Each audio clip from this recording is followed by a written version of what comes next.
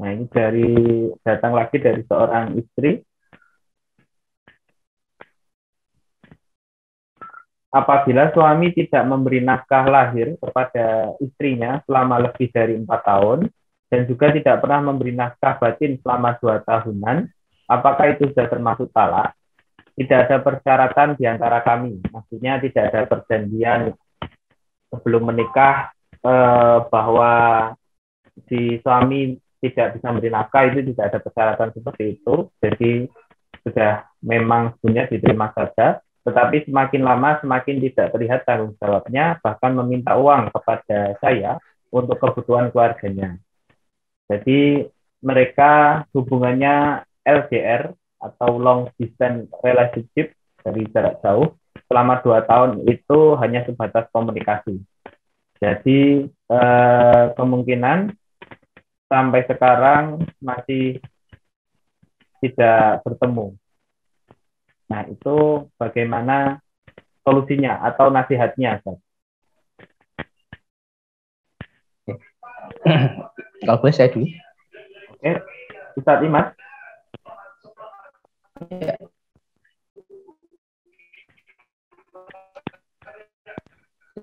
Terima kasih atas waktunya kaum muslimin, kaum kajian pada hari ini atau rekamannya. Maaf, Ustaz. Ya. Ada tambahan ternyata ini. Oh ya, silakan lanjut.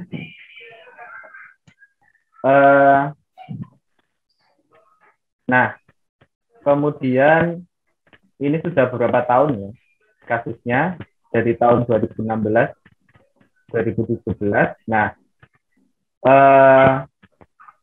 kasusnya sama. Jadi si istri ini juga lebih mapan, pekerjaannya lebih tetap, jadi ujung-ujungnya suaminya terus yang minta uang.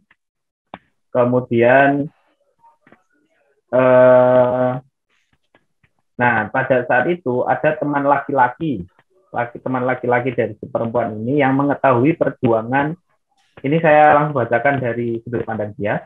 Dan saat itu ada teman laki-laki yang mengetahui perjuangan saya, pekerjaan saya, dan ngurusi anak sendiri. Jadi dia sudah punya anak. Dia menganggap bahwa perempuan tidak selayaknya kerja ngoyo. Seharusnya yang ngoyo adalah laki-laki. Karena kesalahan saya yang tidak menerima dengan sabar dan ikhlas, maka saya pun menyukai laki-laki tersebut. Nah, dia malah menyukai temannya. Kemudian ada seorang Gus memberi saran kepada kami untuk menikah secara siri. Karena dilihat dari posisi saya, tidak dinafkahi secara lahir lebih dari 4 tahun, dan tidak dinafkahi secara batin lebih dari 2 tahun. Tujuan pernikahan tersebut adalah untuk menghindari zina. Mulai bulan Februari 2021 ini, suami sudah tiap bulan memberi nafkah lahir. Kami masih saling komunikasi untuk membicarakan anak-anak, tetapi untuk memunculkan rasa cinta masih belum bisa. Saat ini saya ingin sekali mendapatkan ampunan Allah. Saya takut Allah murka kepada saya, maka kebaikan apapun yang bisa saya lakukan, insya Allah saya lakukan. Saya ingin menjadi wanita solihah. Yang ingin saya tanyakan, apa yang harus saya lakukan? Apakah nikah siri di atas diperbolehkan? Kemudian bagaimana cara saya bertaubat? Begitu, Ustaz. Ada yang perlu diperjelas atau bisa dilanjut? Tambah panjang, kayak tambah pelik malah jadi. Ya, Ustaz. Ini baru masuk pagi tadi ini tambahannya. Iya. Saya bahas yang paling berat dulu kayak ya. Ya sekali lagi memang ini tanggapan memang secara umum ya, karena kita juga tidak tahu apa namanya sudut pandang dari suami. Tapi apapun alasannya sebetulnya, ya kita ketika membicarakan pernikahan kita sandarkan pada aturan-aturan Allah. Ya. Sebetulnya ada atau tidak syarat nafkah itu tidak ada efeknya ya. Mau di awal mensyaratkan suami harus memberi nafkah ya, atau tidak pernah ada pembicaraan tentang itu ya, suami tetap harus memberikan nafkah kecuali ada pembicaraan ya bahwa istri memang menerima kekurangan suami, ya, barang punya masih muda, ya, menikah muda. Kemudian dalam masalah nafkah, ya, istilahnya dalam syariat adalah tanazul an hak, ya, artinya istri menerima haknya dikurangi, itu baru ya, bisa diterima alasan suami tidak memberikan nafkah. Tapi selain itu, ya, ini jelas merupakan kesenang-wenangan, ya. Nah, kemudian tadi saya bahas dulu yang agak parah, yang cukup pelik di belakang. Ya, ingat ya untuk penanya bahwa bagaimanapun kondisinya, ya, ibu ini masih berada dalam ikatan pernikahan. Teman yang seperti itu tolong dijauhi, putuskan hubungannya sama sekali. Kontak dan lain sebagainya dihapus, tolong selesaikan itu semuanya, ya. Tidak peduli urusan apa Anda dengan suami, karena ini tidak ada hubungannya dengan kondisi pernikahan Anda. Ya. Kondisi pernikahan Anda tidak bisa menjadi pembenaran perbuatan ini. Ya. Mau menikah siri, mau menikah apa, itu semuanya adalah bisikan setan. Anda masih terikat dalam pernikahan sah, ya, yang diakui oleh agama, kemudian, ya, diakui oleh negara. Nah, tidak bisa seenaknya kemudian, ya, karena suami sudah begini, ya sudah, saya begini. Tidak bisa. Nah, jalan keluarnya bagaimana? Jalan keluarnya sebetulnya, ya, para ulama kita yang dahulu merumuskan kompilasi hukum Islam, ya, khususnya masalah perkawinan, kan sudah memberikan akad nikah suami yang mana isinya adalah diantaranya, pertama, apabila saya meninggalkan istri saya selama 2 tahun berturut-turut, tidak memberi nafkah wajib kepadanya 3 bulan lamanya, menyakiti badan atau jasmani istri saya, membiarkan atau tidak memperdulikan istri saya selama 6 bulan atau lebih, dan karena perbuatan saya tersebut istri saya tidak ridho dan mengajukan gugatan kepada pengadilan agama. Ya, maka di sini kalau memang ibu sudah tidak ada niatan untuk melanjutkan pernikahan, ya, jalankan yang syar'i, yaitu mengajukan gugatan khulu, ya, minta dicerai oleh suami kepada pengadilan agama, yang mana kalau dari deskripsi masalah yang kami terima itu sudah memenuhi, ya, tidak hanya 1 poin tapi ada berapa? Ada dua poin, ya, bahkan 3 poin, ya. Nah, tapi tadi untuk masalah dengan teman kerja itu tolong diputuskan, ya. Tidak, itu bukan laki-laki yang baik, ya. Bukan laki-laki yang akan membawa kepada pernikahan yang dikehendaki oleh Allah Subhanahu wa taala, ya. Ini dan ini adalah jalan yang sangat berbahaya. Ya, kalau memang betul suami ibu dengan sengaja membiarkan, ya, dengan sengaja tidak memberikan nafkah, itu suatu dosa, betul. Tapi itu tidak bisa dijadikan pembenaran untuk yang ibu sampaikan itu, ya, sama sekali tidak bisa. Ya, bahkan ini bisa jadi suatu yang lebih besar, ya, konsekuensinya di sisi Allah, ya, naudzubillahi min dzalik. Kita tidak ingin jadi orang yang tersalah di hadapan Allah Subhanahu wa taala. Yang sudah lewat, ya sudah, ya, kita perbaiki yang akan datang, ya. Dan mari kita selalu berlindung kepada Allah Subhanahu wa taala dari godaan setan. Itu yang bisa kami sampaikan. Wallahu a'lam. Tambahan, Ustaz. Monggo, Ustaz Barman, langsung. Baik, ya, menegaskan yang disampaikan oleh Ustadz Imad bahwa selama ibu belum menggugat suami ke pengadilan, kemudian pengadilan itu menerima gugatan ibu, ya, maka selama itu pula ibu masih terikat misakon golidon dengan suami, sejahat apapun suami, ya. entah dia pergi 5 tahun, 6 tahun, atau bahkan 10 tahun atau lebih, selama itu pula ibu masih terikat ikatan pernikahan yang sah dengan dengan suami ibu tersebut. Ya, kalau ada bisikan-bisikan nikah siri ataupun nikah-nikah yang lain, semuanya hukumnya adalah zina. Maka bagaimana? Tadi pertanyaan terakhir, ingin bertaubat, ingin jadi wanita solehah. Satu-satunya jalan adalah bertaubat. Ya. Selama ibu tidak menggugat suami ke pengadilan, ya sudah. Nah, mudah-mudahan nanti di akhirat diganti oleh Allah Subhanahu Wa Taala. Ya, tapi langkah yang berikutnya adalah bertaubat. Tadi putuskan semua hubungan dengan laki-laki tadi. Ya, disampaikan oleh Ustadz Imad, nomornya buang sekalian. Ya. Pokoknya jangan dilayani lagi. Ya, kalau mau bertaubat, taubat yang benar, taubatan nasuha. Ya, menghadap kepada Allah Subhanahu Wa Taala, ya, setiap malam atau beberapa malam untuk bertaubat, mengakhiri, ya, menyesali perzinahan yang pernah dilakukan, menyesalinya, ya, dan menghentikannya, tidak akan berjanji tidak akan mengulang sekali lagi, ya, apapun resikonya. Ya, sebenarnya hukumannya adalah rajam, karena di negeri kita tidak ada hukum rajam, yaitu satu-satunya adalah bertaubat kepada Allah Subhanahu Wa Taala, memperbanyak istighfar, bahkan kalau bisa setiap malam datang kepada Allah, ya, menangislah di hadapan Allah Subhanahu Wa Taala, kemudian didik anak dari suami Anda dengan pendidikan yang baik, ya, di pendidikan pondok pesantren, ya, perbanyak amal ibadah baik yang wajib maupun yang sunnah untuk menutupi dosa-dosa yang pernah ibu lakukan, ya, sebagai tanda bertaubat. Ya, perbanyak infak, sedekah, zakat, wakaf, ya, ke lembaga-lembaga zakat, infak, dan sedekah.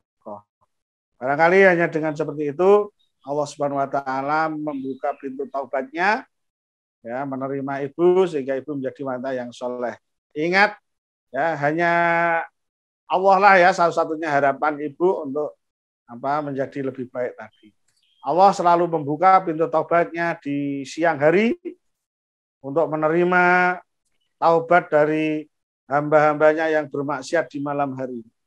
Allah membuka pintu taubatnya di malam hari sepanjang malam untuk menerima taubat hamba-hambanya yang bermaksiat di siang hari.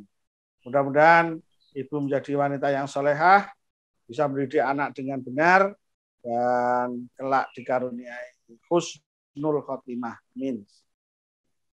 Amin, amin ya Rabbal Alamin. Terima kasih Ustadz Parman. Apakah masih ada tambahan lagi? Ya, tambahan sedikit. Oh, Ustadz Muji, setelah itu Ustadz sedikit. Silakan Ustadz Muji. Baik,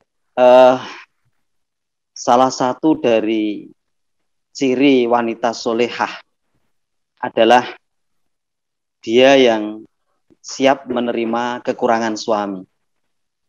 Jadi kalau tadi tidak memberikan nafkah, alasan-alasan yang dibenarkan, tentunya seorang istri untuk mempertahankan rumah tangga itu menjadi sedekahnya istri kepada suami. Jadi jangan sampai dengan tidak hadirnya nafkah baik lahir maupun batin dalam ukuran waktu yang memang panjang itu, kalau memang punya hak, istri punya hak untuk menuntut ke pengadilan, tapi orientasi untuk menjaga keutuhan rumah tangga itu menjadi apa ya? Menjadi sedekahnya seorang istri kepada suami, dan senantiasa bermunajat kepada Allah Subhanahu Wa Taala. Itu tambahan sedikit, Ustaz. Siap, Ustaz Muji, terima kasih. Ada tambahan Ustaz sedikit? Baik, saya hanya pengen bacakan kitab saja. Ini saya buka di kitab Minhajul Muslim. Ini kitab favorit saya. Semuanya ada di kitab ini, satu buku untuk semua. Jadi di sini ada bab khiyar fi nikah. Ay yusabbitul khiyaru likulli minaz zawjain fil ibqa ala ismati zawjain aw fashiha. Bab tentang bolehnya suami istri itu memilih apakah melanjutkan pernikahan atau membatalkan pernikahan. Fasakh. Beberapa alasan seorang itu dikasih pelonggaran oleh syariah untuk melanjutkan pernikahan atau membatalkan pernikahan. Nah, di antaranya adalah al-i'sar binafaqah. Faman a'sara binafaqati zaujatihi intadharathu mastata'at minal waqti. Yaitu ketidakmampuan suami atau kesulitan suami di dalam memberikan nafkah kepada istri. Ya, itu boleh istri dikasih khiyar, dikasih pilihan melanjutkan pernikahan atau membatalkan pernikahan. Dengan ketentuan apa? Dia menunggu mastato'at minal waktu. Dia menunggu sampai batas waktu di mana istri itu tidak mampu lagi, tidak tahan lagi. Artinya istri boleh menunggu ketidakmampuan suami memberikan nafkah itu semampu dia. Kalau dia merasa sudah nggak mampu, boleh istri mau nggak mengambil keputusan untuk membatalkan pernikahan. Ya. Tsummalah hakun fi faskin nikah minhu biwasitatil qada'i syar'i. Kemudian kalau memang istri sudah tidak sabar terhadap perbuatan suami yang tidak nafkah, dia sudah tunggu, dia sudah mencoba bersabar dan sudah merasa tidak mampu, maka boleh bagi dia membatalkan pernikahan dengan syarat melalui pengadilan syariat, pengadilan agama. Artinya apa? Bukan berarti ketika suami tidak memberikan nafkah, tidak tanggung jawab, terus istri berhak melakukan apa saja, enggak. Kalau memang dia merasa tidak mampu, sudah hidup berdampingan dengan suami, maka dia punya hak untuk mengajukan gugat perceraian di pengadilan agama. Jadi itu. Maka kalau dikatakan sarannya bagaimana? Ya Anda, ibu ini menimbang apakah harus dilanjutkan atau harus dibatalkan pernikahan. Kalau memang sudah tidak sabar, tidak mungkin bersama, sudah lanjutkan untuk membuat gugatan perceraian di pengadilan agama. Dituntaskan dulu masalahnya. Ya, kalau sudah jatuh keputusan cerai dari pengadilan agama, maka boleh sang ibu setelah masa iddah, ya, masa iddah perceraian, kemudian kalau mau menikah lagi silahkan. Nah, demikian juga termasuk hak khiyar dalam pernikahan itu. Idza ghaba zauju wa yu'raf makanu ghibatihi walam yatruk li zaujati nafaqatan walam yusi ahadan bi infaqi 'alaiha walam yakum ghairuhu bi nafaqatiha walam yakun ladaiha ma tunfiqu 'ala nafsiha thumma tarji'u bihi 'ala zaujiha fa innallaha haqqun fi fasqi nikah wa satul qadasa. Sama halnya kasus ketika suami menghilang tanpa pesan, tanpa ada informasi kejelasan. Ya, tidak memberikan nafkah, harta untuk memberikan nafkah kepada dia, maka dia punya hak untuk membatalkan pernikahan tetap dengan syarat melalui pengadilan agama, qadha syar'i, bukan berdasarkan keputusan pribadi. Nah, saya kira saran saya itu, jadi tuntaskan dulu pernikahan yang pertama. Kalau memang harus dibatalkan, batalkan oleh pengadilan agama. Setelah putus atau keluar putusan perceraian dari pengadilan agama, ibu menunggu masa iddah, kemudian setelah itu silahkan mau menikah lagi atau bagaimana itu terserah. Sekira itu tambahan dari kami, Mas Hawari. Baik Ustadz. Bagaimana yang lain Ustadz? Apakah masih ada tambahan? Oke. Oke, berarti sekian untuk sesi tanya jawab pada sesi kali ini. Terima kasih kepada para penanya. Semoga solusi, nasihat, masukan, jawaban dari para ustadz bisa berguna bagi para penanya, dan semoga jawaban, nasihat, solusi, masukan dari Pak Ustadz sekalian menjadi amal kebaikan bagi Pak Ustadz sekalian dan dibalas yang sebaik-baiknya dari Allah Subhanahu wa Ta'ala. Amin, amin ya rabbal alamin.